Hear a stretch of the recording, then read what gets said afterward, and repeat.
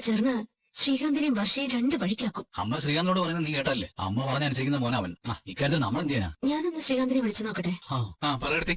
നീ തിരക്കിലാണോ? അല്ലടുത്തി പറഞ്ഞു. നിന്റെ അമ്മ നിന്നോട് ഫോണിൽ സംസാരിക്കുന്ന ഞാൻ കേട്ടു. അതാ ഞാൻ നിന്നെ വിളിച്ച്. എന്തിനാ ശ്രീകാന്ത് നീ ഇങ്ങനെ ചെയ്തേ? എടുത്തി ഞാൻ എന്ത് ചെയ്തെന്ന്? തീരെ വയ്യാത്തോണ്ടല്ലേ വർഷ നിന്നോട് ലീവ് എടുക്കാൻ പറഞ്ഞ്. പക്ഷെ നീ അത് കേട്ടില്ല. അവൾക്ക് നല്ല പനിയുണ്ട്. നീ അവളുടെ കൂടെ നിൽക്കണമായിരുന്നു. എടുത്തി എനിക്ക് ഇങ്ങോട്ട് വരാതിരിക്കാൻ പറ്റില്ലായിരുന്നു. എന്നെ വിശ്വസിച്ചെടുത്ത് ഓടണം. അതെനിക്ക് ചെയ്തു കൊടുത്തേ പറ്റൂ. എടാ, ഭാര്യയെക്കാളും വലുതാണോ ജോലി? നിനക്കൊരു അസുഖം വന്നെങ്കിൽ അവൾ ലീവ് എടുത്ത് നിന്റെ കൂടെ നിൽക്കില്ലായിരുന്നോ? എടുത്തി അതൊക്കെ എനിക്കറിയാം. ഞാൻ പെട്ടെന്ന് വരാന്ന് പറഞ്ഞിട്ട് ഇറങ്ങിയത്. അവളെ നോക്കണമെന്ന് ഞാൻ എടുത്തോട് പറഞ്ഞല്ലേ. പിന്നെ വർഷം എന്തിനാ ഇങ്ങനെ കാണിക്കുന്നേ? എടാ, അവക്ക് നല്ല വിഷമമുണ്ട്. ഇങ്ങനെയുള്ള സമയത്ത് ഭർത്താവ് കൂടെ വേണമെന്ന് ഏത് ഭാര്യ ആഗ്രഹിക്കും? നീ നിന്റെ ഏട്ടനെ നോക്ക്. എനിക്ക് എന്തെങ്കിലും അസുഖം വന്നാൽ അദ്ദേഹം എന്റെ കൂടെ തന്നെ ഉണ്ടാവും. ജോലിക്ക് പൊയ്ക്കോളാൻ പറഞ്ഞാലും പോവില്ല. കല്യാണം കഴിഞ്ഞ് വരുന്ന വീട്ടില് പെണ്ണിനോട് മറ്റുള്ളവർ അങ്ങനെ പെരുമാറുന്നു ഇങ്ങനെ പെരുമാറുന്നു എന്നത് വിഷയമല്ല. താലി കെട്ടി കൊണ്ടുവരുന്നയാള് കൂടെ നിന്നാ മാത്രം മതി. അത് അവൾക്കൊരു ബലം. ഇന്നൊരു ദിവസം അവളുടെ കൂടെ വേണമെന്ന് പറഞ്ഞിട്ടും നീ പോയി. അവക്കത് നല്ല വിഷമമായിടാ. അതുകൊണ്ടാ അവൾ അവളുടെ വീട്ടിൽ പോയത്. എടാ, ചെറിയൊരു പിണക്കം മാത്രല്ലേ ഇത്? നിന്റെ അമ്മ പറയുന്ന കേട്ട് നീ അവളെ കാണാൻ പോവാതിരിക്കരുത്. ദേ, ഇന്ന് തന്നെ വർഷയുടെ വീട്ടിൽ പോയി നീ അവളെ കണ്ട് സമാധാനിപ്പിച്ച് കൂട്ടിക്കൊണ്ടുവരണം. ശരി എടുത്തി, ഞാൻ ചെന്ന് അവളോട് സംസാരിച്ചോളാം. അവളെ വീട്ടിലേക്ക് കൂട്ടിക്കൊണ്ടുവരാം. ശരി. നിന്നെ കുറിച്ച് ഓർക്കുമ്പോ എനിക്ക് അഭിമാനം തോന്നുന്നു രവതി. എന്തിനാ? അല്ല, ഈ വീട്ടിലെ ഗ്രഹനാഥ ഭാര്യയെ പോയി കാണരുത്, അവളോട് സംസാരിക്കരുതെന്നൊക്കെയാ ശ്രീകാന്തിനോട് പറഞ്ഞ. എന്നാൽ ഈ വീട്ടിലെ മരുമോളായ നീയോ ചെന്ന് ഭാര്യയെ കൂട്ടിക്കൊണ്ടുവരാനാ ശ്രീകാന്തിനോട് പറഞ്ഞ. Super Revathi, super. എന്റെ അമ്മയെ പോലെയുള്ള അമ്മമാരാ മക്കളെ ഡിവോഴ്സിലേക്ക് തള്ളിയിടുന്നത്. നിന്നെ പോലെയുള്ള ഒരു വീട്ടിലുണ്ടെങ്കിൽ ഈ നാട്ടിലെ ഡിവോഴ്സ് ഉണ്ടാവില്ല. എന്റെ സച്ചേട്ടാ, വർഷ വാശിക്കാരിയാ. അവൻ ചെന്ന് വിളിച്ചാ അവള് വരുമെന്നൊന്നും എനിക്കറിയില്ല. സംസാരിച്ച് മയക്കി അവളെ കൂട്ടിക്കൊണ്ടുവരാനുള്ള കഴിവൊക്കെ അവനുണ്ട്. അവള് വരും, നീ ടെൻഷൻ ആവാതെ. നവീൻ ദാസാണല്ലോ. എന്തിനാടാ വിളിക്കുന്നേ? എന്തൊരു ചോദ്യമോ കല്യാണി, നീ എന്നെ കളിപ്പിക്കുകയാണോ? ഞാൻ ചോദിച്ച 5 ലക്ഷം രൂപയുടെ 2 ദിവസത്തിനുള്ളിൽ തരണമെന്നല്ലേ പറഞ്ഞത്? ഇപ്പൊ തന്നെ എത്ര ദിവസമായി? നവീന് എന്റെ കയ്യിൽ കാശില്ല. ഇവിടുന്നും സംഘടിപ്പിക്കാനും പറ്റുന്നില്ല. അപ്പൊ ഞാൻ നിന്റെ വീട്ടിലേക്ക് വരേണ്ട സമയമായി. രാത്രി വരാം. അപ്പൊ നിന്റെ ഹസ്ബൻഡ് അടക്കം എല്ലാവരും ഉണ്ടാവുമല്ലോ. നിന്റെ പാസ്റ്റ് എല്ലാവരോടും പറയാം. പിന്നെ നിന്നെ അവരെല്ലാവരും കൂടെ അവിടെ നിന്ന് ചവിട്ടി പുറത്താക്കുന്നതും കണ്ടിട്ട് ഞാൻ അവിടെ നിന്ന് ഇറങ്ങാം. അയ്യോ, അങ്ങനൊന്നും ചെയ്യില്ലേ. നിനക്ക് ഞാൻ കാശ് തരാം. എനിക്കൊരു 2 ദിവസം കൂടെ സമയം താ. നിനക്ക് 5 ലക്ഷം രൂപ ഞാൻ തന്നോളാം. ശരി, ഇത്രയും നാളെ എഴുതിയതില്ലേ? 2 ദിവസം കൂടി തരാം. അതിനിടയിൽ നീ കാശ് തന്നിരിക്കണം. ഇല്ലെങ്കിൽ തരും ഞാൻ തരും. നീ നോക്കിയിരിക്കെ. 1 രൂപ പോലും ഞാൻ നിനക്ക് തരില്ല. ഇന്ന് രാത്രി ഞാൻ സച്ചിയുടെ ഫോണിൽ നിന്ന് വീഡിയോ എടുത്ത് ആന്റണിക്ക് അയച്ചു കൊടുക്കും. ആ നിമിഷം ആന്റണി നിന്നെ പൊക്കിക്കോളും. മധുവേട്ട, കോഫി. വർഷയുടെ മുറിയിലുണ്ട്. പെട്ടിയൊക്കെ ആയിട്ട് അവള് വന്നു. അവിടെ എന്തോ പ്രശ്നമോ? എന്തെങ്കിലും പ്രശ്നമുണ്ടോ? എന്താ വന്നത് എന്നൊക്കെ ഞാൻ അവളോട് ചോദിച്ചു. പ്രശ്നമൊന്നുമില്ല, ചുമ്മാ വന്നെന്ന് അവള് പറഞ്ഞ. ചെറിയ പനിയുണ്ട് അവൾക്ക്. കാര്യമായിട്ട് എന്തോ നടന്നിട്ടുണ്ട്. അവൾ അവിടെ വീട്ടുകാരുമായിട്ട് പിണങ്ങി വന്നിട്ടുണ്ടെന്ന് എനിക്ക് തോന്നുന്നത്. നീ കാര്യം എന്താണെന്ന് ചോദിച്ച് മനസ്സിലാക്കി. കാരണം അറിഞ്ഞാ നമുക്കത് കുത്തി വലുതാക്കാം. അവൾ ഇനി ഒരിക്കലും ഈ വീട്ടിൽ നിന്ന് അവിടേക്ക് തിരിച്ചു പോകാത്ത രീതിയിൽ ഈ വിഷയം കൊണ്ട് എത്തിക്കണം. കിട്ടിയ ചാൻസ് കളയരുത്. അവള് തനിയെ ഇവിടെ വന്നിരിക്കുന്നേ. വർഷയും ശ്രീകാന്തും ഒരുമിച്ച് ഇവിടെ താമസിക്കണമെന്നല്ലേ നമ്മൾ ആഗ്രഹിച്ചത്. ആ കുടുംബം വിട്ട് അവൻ ഇവിടെ എത്തണം. ഭാര്യയെ പിരിഞ്ഞ് അവന് കൂടുതൽ കാലം തനിയെ നിൽക്കാൻ കഴിയും. വർഷം ഇവിടെ സ്ഥിര താമസമാക്കി കഴിഞ്ഞാൽ പിറകെ അവനൊന്ന് വന്നോളും. ആരാണാവോ? മോനെ വാ, മോനെ വാ, അകത്തേക്ക് വാ. എന്തൊക്കെയുണ്ട് ശ്രീകാന്ത്? സുഖം തന്നെയല്ലേ? സുഖം. ഇപ്പൊ നിന്നെ കുറിച്ച് ഞങ്ങൾ പറഞ്ഞതേ ഉള്ളൂ. മോനിരിക്കേ. മൈമേ, ശ്രീകാന്തിന് കുടിക്കാൻ എന്തെങ്കിലും എടുത്തിട്ട് വാ. ഒന്നും വേണ്ട ആന്റി. വർഷ എവിടെ? അവള് മുറിയിലുണ്ട്.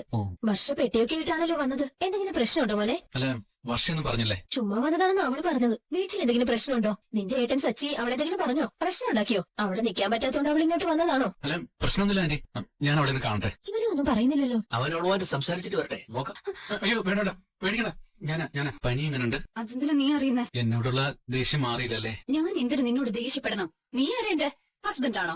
ഹസ്ബൻഡ് ആയിരുന്നെങ്കിലേ എനിക്ക് സുഖമില്ലെന്ന് പറഞ്ഞപ്പോ നീ എന്റെ കൂടെ ഇരിക്കുമായിരുന്നില്ലേ? സോറി വർഷേ, ഞാൻ നിന്നോട് പറഞ്ഞിരുന്നില്ലേ അർജന്റ് വർക്കായതുകൊണ്ടാ പോയത്. അർജന്റ് വർക്ക് ആണെങ്കിൽ അത് പോയി ചെയ്യ്. എന്തിനാ ഇങ്ങോട്ട് വന്നേ? നീ എന്തിനാ പെട്ടിയെടുത്ത് ഇങ്ങോട്ട് വന്നേ? ഇത് എന്റെ വീടാ. എനിക്ക് തോന്നുമ്പോ ഞാൻ വരും. നിനക്ക് വരാം, പക്ഷെ ഞാൻ ദേഷ്യപ്പെട്ട് പണങ്ങി വരരുത്. എന്റെ അമ്മ പോകരുതെന്ന് പലതവണ പറഞ്ഞിട്ടും നീ കേട്ടില്ല. നീ പെട്ടിയെടുത്ത് അവിടെ നിന്ന് ഇറങ്ങി. അമ്മ പറഞ്ഞതേ അനുസരിക്കാത്തത് കൊണ്ട് ചോദിക്കാൻ വന്നതാണോ ശ്രീകാന്ത്?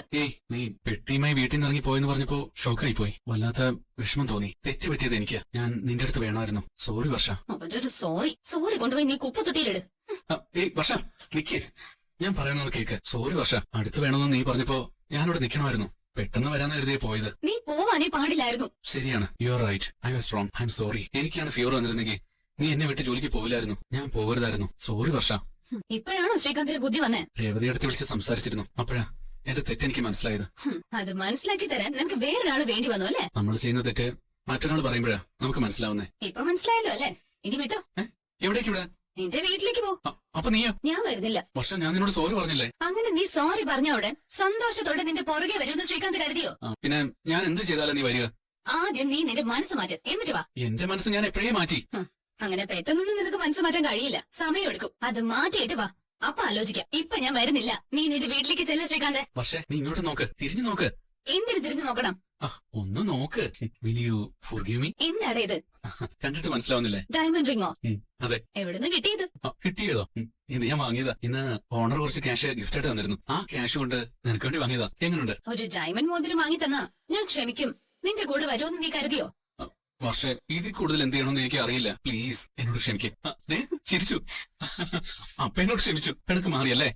ഡയമണ്ട് റിംഗ് വാങ്ങിക്കൊണ്ടുവന്നതുകൊണ്ടൊന്നുമല്ല, എന്നെ കൺവിൻസ് ചെയ്യിക്കാൻ ഇത്രയും എഫേർട്ട് എടുത്തില്ലേ, അതുകൊണ്ടാ. എന്തായാലും പിണക്ക് മാറിയല്ല, സമാധാനായി. ആ ഇനി ആ കൈയോട് കാണിക്കും. എങ്ങനുണ്ട്? സൂപ്പറാ.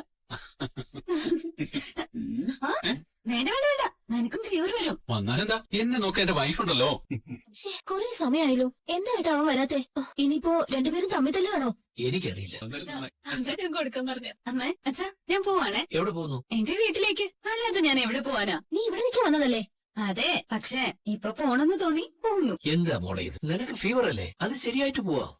കുഴപ്പമില്ലെന്നേ, എന്നെ നോക്കാനേ എന്റെ ഹസ്ബൻഡ് ഉണ്ടല്ലോ അച്ഛാ. മോനെ, ഒരു 2-3 ദിവസം കൂടി ഇവിടെ താമസിച്ചിട്ട് പോയ പോരെ? പിന്നെ ഒരാങ്കിൾ ഇപ്പൊ പോണം. എന്തോ പ്രശ്നമുണ്ടല്ലോ. എന്താ മോളെ? എന്താണെങ്കിലും പറ. എന്ത് പ്രശ്നം? നത്തിങ് അമ്മേ. എന്തെങ്കിലും പ്രശ്നം ഉണ്ടെങ്കിലേ ഞാൻ ശ്രീകാന്തിന്റെ കൂടെ പോവോ? ആന്റി ഞങ്ങൾ ഇറങ്ങാ. പോയിട്ടൊരാങ്കിൾ. പക്ഷെ ബൈ അമ്മേ, ബൈ അച്ഛാ. കണ്ടല്ലോ, പ്രശ്നം വഷളാക്കി അവൾ ഇവിടെ താമസിപ്പിക്കാമെന്നാ ഞാൻ കരുതിയത്. ഭർത്താവ് വന്ന് വിളിച്ചപ്പോ അനുസരണയുള്ള ഒരു പട്ടിക്കുട്ടിയെ പോലെ അവളങ്ങ് പോയി. ഇവളെ കണ്ട് പ്ലാൻ ചെയ്തിട്ട് ഒരു കാര്യമില്ല. ശ്രുതി, വേഗം വാ, വിശന്നിട്ട് കത്തുന്നു. അതെ ഭാമേ, ആ വർഷയുടെ അഹങ്കാരം ചില്ലറയൊന്നുമല്ല. ആ ഇപ്പൊ ഞാൻ കൂടുതലൊന്നും പറയുന്നില്ല കേട്ടോ. ആ ഞാൻ പിന്നെ വിളിക്കാം. അമ്മേ, അമ്മേ, എന്തൊരു വിശപ്പമ്മേ. ഭക്ഷണം എടുത്ത് വെക്കമ്മേ. ഭക്ഷണോ? ആ, ആന്റി, ഭക്ഷണം റെഡിയായില്ലേ? എവിടെ റെഡിയാവാൻ? റെഡിയായി. ഒരുത്തി തവിയിട്ട് ഇളക്കിക്കൊണ്ടിരിക്കുക അവിടെ. കുറെ നേരം അടുക്കള കയറിയിട്ട് ഇതുവരെ ഒന്നും റെഡി ആയിട്ടില്ല. അല്ല നിങ്ങൾ എന്തിനാ ഇങ്ങോട്ടേക്ക് വന്നേ? ഹോട്ടലിൽ നിന്ന് കഴിച്ചുകൂടായിരുന്നോ? എന്റെ അമ്മേ, അമ്മയാണ് ഭക്ഷണം ഉണ്ടാക്കുന്നതെന്ന് അറിഞ്ഞെങ്കിൽ ഞങ്ങൾ ഹോട്ടലിൽ നിന്ന് കഴിച്ചിട്ട് വരില്ലായിരുന്നോ? ഇങ്ങോട്ട് വരുമായിരുന്നോ? ഡാ, അയ്യോ, അല്ല, അത് കൂടുതൽ ഉണ്ടാക്കി അമ്മയെ കഷ്ടപ്പെടുത്തണ്ടെന്ന് കരുതി ഞങ്ങള് ഹോട്ടലിൽ നിന്ന് കഴിക്കുമെന്നാ പറഞ്ഞത്. അല്ലേ ശ്രുതി? അതെ. മനസ്സിലായടാ, മനസ്സിലായി. ആ പൂ കെട്ടുന്നവൾ ഇവിടെ വരുന്നതിന് മുമ്പേ ഞാൻ ഉണ്ടാക്കിയ ഭക്ഷണം മൂക്കുമുട്ട തിന്നുന്നവനാ നീ. അമ്മേ, ഈ പൂ കിട്ടുന്നവൾക്ക് ഭക്ഷണം ഉണ്ടാക്കാൻ എവിടെ നിന്നറിയാം? എന്റെ അമ്മയുടെ കൈപുണ്യത്തിന്റെ 7 അയലത്ത് വരുമോ ഇതൊക്കെ? എന്നിട്ട് അവളുണ്ടാക്കിയ ഭക്ഷണം കഴിക്കാനല്ലേ ഉച്ചയ്ക്ക് ഇങ്ങോട്ട് കെട്ടിയെടുക്കുന്നത്? നാണം കെട്ടവൻ. അല്ല, വാ മോനെ വാ. എടാ, ജോലിയൊക്കെ തീർത്തിട്ട് പെട്ടെന്ന് വരാൻ ഞാൻ ഇവനോട് പറഞ്ഞിരുന്നു. അവൻ വന്നതുണ്ടോ? അമ്മയെ അനുസരിക്കുന്ന മക്കളായ ഇങ്ങനെ വേണം. ആ, എന്താടാ? എന്താ മോനെ? വർഷ, എന്താ വീട് മാറി വന്നതാണോ? വീട് മാറേണ്ട കാര്യം എന്താ? ഇവിടെ നിന്നല്ലേ ഞാൻ ഇങ്ങോട്ട് പോയത്. ഒരു വർഷമുണ്ടല്ലോ, നീ പെട്ടി നോക്കി പോയപ്പോ ഞാൻ വിചാരിച്ചു ഇത് വലിയ വിഷയാവും, തുടർക്കഥയായി പോകുന്നു. നീ പെട്ടെന്ന് വന്നല്ലോ.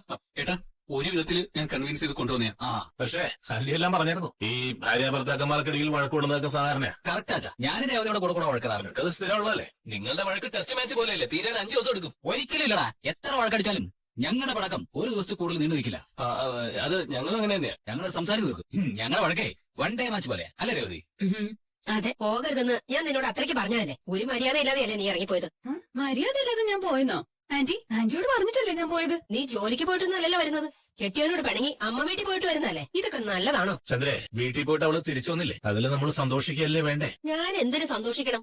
അവൾക്ക് തോന്നുന്ന പോലെ പോകുന്നു, വരുന്നു, അവളുടെ ഇഷ്ടത്തിനെല്ലാം ചെയ്യുന്നു. അതൊന്നും എവിടെ നടക്കില്ല. ആന്റി, അതൊക്കെ നടക്കും. ഞാനും എന്റെ ഹസ്ബൻഡും തമ്മിലാ വഴക്കടിച്ചത്. ഞങ്ങൾ പിണങ്ങും. അതൊക്കെ ഞങ്ങളുടെ ഇഷ്ടമാ. ആന്റി എന്തിനെങ്ങനെ നിന്ന് തിളയ്ക്കുന്നത്? നിങ്ങളുടെ ഇഷ്ടം പോലെ ഇവിടെ നടക്കില്ല. ഇവിടെ ഞാനെന്ന ഒരുത്തിയുണ്ട്. എന്നോട് കുറച്ചെങ്കിലും സ്നേഹവും ബഹുമാനവും ഉണ്ടെങ്കിൽ ഞാൻ പറഞ്ഞത് കേൾക്കാതെ നീ ഇറങ്ങി പോകുമായിരുന്നോ? എന്തെങ്കിലും പ്രശ്നം ഉണ്ടെങ്കിൽ അത് എന്നോട് പറയണം. ഞാനത് സംസാരിച്ച് പരിഹരിക്കും. നിങ്ങളാര്? കോടതിയിലെ ജഡ്ജോ? കലക്കി